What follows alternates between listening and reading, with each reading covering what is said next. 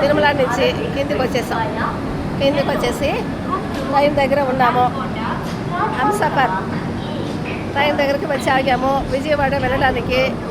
ఇంకా వీళ్ళు డోర్స్ తీయడం లేదు. కానీ తిరుమల నుంచి వచ్చిన తర్వాత దేవుడి మీదనే కలవరం ఉంది. తిరుమల దేవుడి మీదనే కలవరం ఉంది. కానీ భగవంతుడు నువ్వు సంసార జీవితము, నువ్వు నీ సంసారము, నీ బిడ్డలు, నువ్వు అందరినీ వదిలి ఇప్పుడు చిన్న ఏజ్ అయినా పెద్ద ఏజ్ అయినా నువ్వు నా దగ్గరికి రాలేవు. ఇవన్నీ నువ్వు నెరవేర్చుకొని నీ సంసార బంధం నుంచి నువ్వు రావాలంటే నీ ఇంటికి పోయి నీ ఫ్యామిలీలో నువ్వు ఉండాలి. నువ్వు ఉద్యోగాలు మామూలుగా చేసుకొని హ్యాపీగా సంతోషంగా ఉండండి. నా మీద ఎక్కువ కలవరం పెట్టుకోవద్దండి. మీరు కావాలన్నప్పుడు నా దగ్గర రావచ్చు, నన్ను చూడవచ్చు.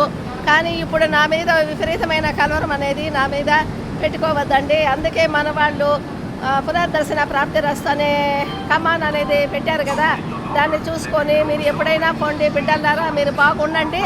ఆ తర్వాత మీరు నా దగ్గరికి వస్తారు. ఇప్పుడు రావాలంటే కుదరదు.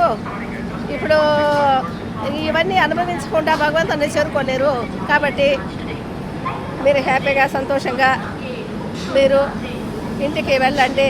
నాకు కూడా ఇంటి దగ్గర నోరు లేని ప్రాణాలు ఉన్నాయి. వాటి మీద కలవరం ఉంది. వాటిని ఎలాగో వదిలేసి వాటికి మనుషులు పెట్టి వాళ్ళకి సేఫ్గా వాళ్ళకు ఉపయోగపరిచి ఆ సీతాపతి అనే కుక్క, తాబేలు గణపతి అనే తాబేలు, చేపలు, వాటికి సెక్యూరిటీగా మంచి మనుషులను ఇంటిలో పెట్టి ఎలా అయినా కూడా దేవుడి దగ్గరికి రావాలని లీవులు లీవులప్పుడు ఇప్పుడు లీవులు బాగా వచ్చాయి కదా, ఏదో ఒక రోజు 2 రోజుల లీవులు పెట్టుకొని మనము దేవుడి దగ్గరికి వెళ్ళాలి.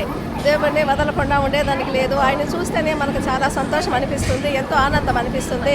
బతికేదానికి జీవితం అనేది ఆయన చూసి వస్తే, భగవంతుని చూసి వచ్చి ప్రకృతి భగవంతుడు అన్నీ చూసి వచ్చామంటే మనకి ఇంకా జీవించాలనేసి మనకు ఎంతో ఆశ పుడుతుంది. మనకు ఏదన్నా మానసికంగా ఏదన్నా బాధ అనిపించినా కూడా భగవంతుని చూస్తే మనకు ఎంతో సంతోషం అనిపిస్తుంది. ఇదిగోండి, ఇది హంసఫర్ దగ్గర వెయిటింగ్ చేస్తున్నాము. వాళ్ళు ఇంకా డోర్స్ తీయడం లేదు. కానీ చాలా బాధేస్తుంది. మొన్న వచ్చినప్పుడు ఉన్న ఆనందము ఇప్పుడు లేదు. ఎందుకంటే మొన్న వచ్చినప్పుడు ఆ భగవంతుని చూద్దాము, దేవుణ్ణి చూద్దాము అనేసి ఎంతో హ్యాపీగా మైండ్ ఉండింది. భగవంతుడు దర్శనం అయిన తర్వాత ఆ తిరుమల కొండ మీద ఎందుకు ఏమో మళ్ళీ ఉండలేము. దేవుడి దర్శనం అయిపోతే వెంటనే మనకు రిటర్న్గా ప్రయాణం అనేది మనం అయిపోతాము. మనం ముందు వెళ్ళిన రోజు ఉన్నంత దేవుడి దర్శనం కాకుండా ఉంటే ఎన్ని రోజులైనా అక్కడ ఉండిపోతాము. దేవుడి దర్శనం అయితే మాత్రము భగవంతుడు మీరు వెంటనే బయలుదేరి మీ గమ్యస్థానం చేరంటే మీరు వెళ్ళిపోండి ఇంటికినేసి అంటాడు.